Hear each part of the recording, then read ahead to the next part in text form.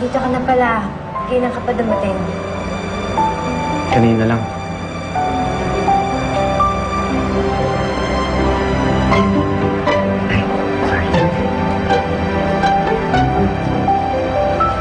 Kamusta ka na? Okay naman. Ikaw? Okay lang. Okay lang. Mas maganda siguro, Mac, kung sisendan mo ko ng MMS. Na hindi lang basta MMS. Gusto ko sana yung topless. Pwede mo naman pagbigyan yung favor ko na yun, di ba? Kasi alam mo, medyo tagal na rin ako walang boyfriend. Medyo... Maya? Ay, tagal. Maya? Ano ba yan? Miss Elena, anong ginagawa niyo? Nasaan si Justin? Di ba nasa US kayo? Nandito rin siya? Nakita mo ba si Justin?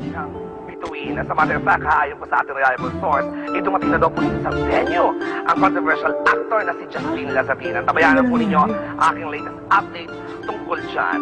Dahil hindi natutulog ang intriga, showbiz chika, balitang artista, wag isnabi.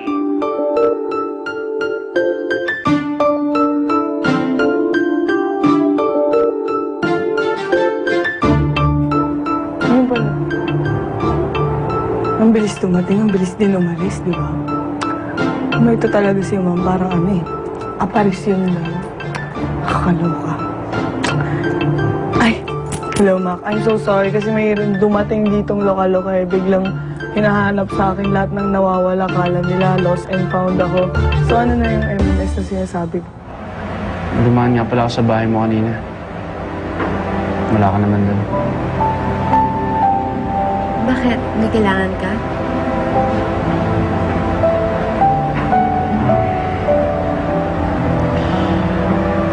Jessie, meron kasi kung importante sasabihin sana sa'yo. Jessie? Oh, Justin. Nandito ka na pala. Akala ko nasa Amerika ka pa. Bumalik na ako kanina. Hindi ba sa'yo nabanggit ni Jessie na ikakasal na kami next month? What? Oh, and of course, you're invited. Kakasal ka na?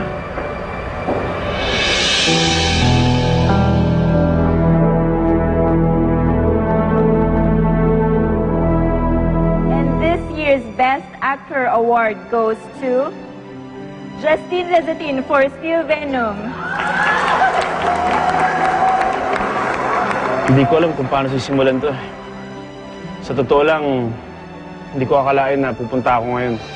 Kahit anong layo ko kasi, may isang taong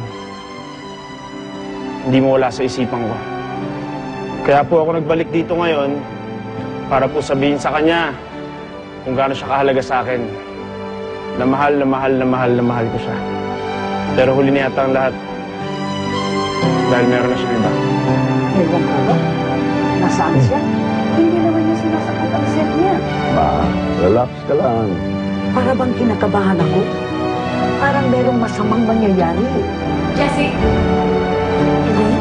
Nasaan si Justin? May problema pa ba?